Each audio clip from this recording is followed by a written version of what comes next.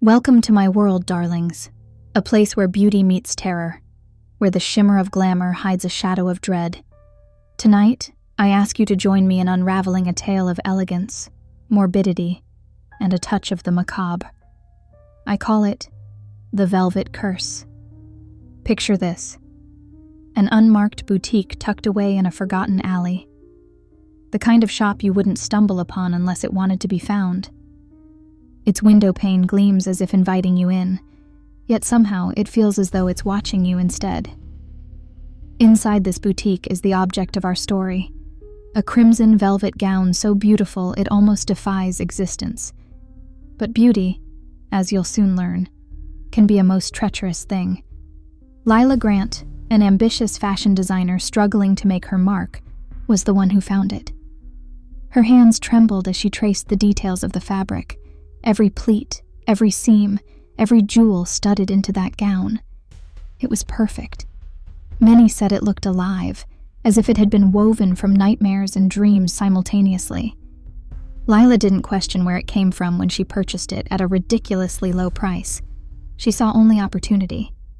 After all, who could resist wearing such a masterpiece on the biggest runway of her career? But the gown wasn't just velvet or fabric. Oh no. It had a past. Or perhaps it was the past. Most people knew nothing of its history, only that strange whispers surrounded its origins. Some claimed it had been commissioned by a despondent countess centuries ago, whose soul was entwined with the thread. Others believed it was crafted by a mad seamstress, her needle dripping with malice and her scissors snipping into eternity. And yet, myths aside, the one thing everyone agreed on was this: terrible things seemed to happen to those who dared to wear it. On the night of the fashion gala, Lila slipped into the deep folds of the velvet gown, the material hugging her as though it had waited its entire existence for that moment. Beneath the bright lights of the runway, she sparkled. Cameras flashed madly. Critics whispered feverishly about her immaculate presentation. For a brief, dazzling instant, Lila felt invincible. That is, until it started. At first, it was subtle, a faint tightening around her ribs, like a playful squeeze. She assumed it was just the boning in the gown adjusting to her form. But the sensation grew until she could no longer ignore it. Slowly, the tightening turned into clutching, then constricting. It wasn't just the dress. It was alive, and it had plans for her. Terrified, she stumbled off stage, her gasps masked by roaring applause. Backstage, Lila tried frantically to undo the pins and clasps, but the fabric clung to her like a second skin. It wouldn't tear, nor would the zipper budge. It was as though the threads were holding each other firmly, conspiring against her freedom. Her assistants stood helpless as the situation spiraled into chaos.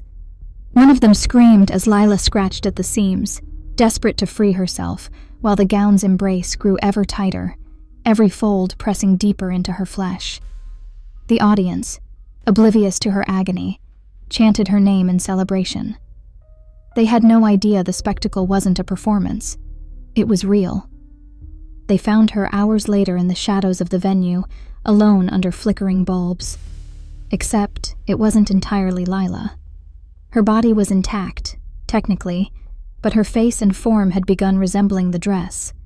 Terrifyingly so. Her skin shimmered like raw velvet, her hair glistened like spun crimson, and most horrifying of all, her eyes glowed with an unearthly light. The gown had consumed her, or perhaps fused with her. No longer Lila, not entirely the dress, something in between.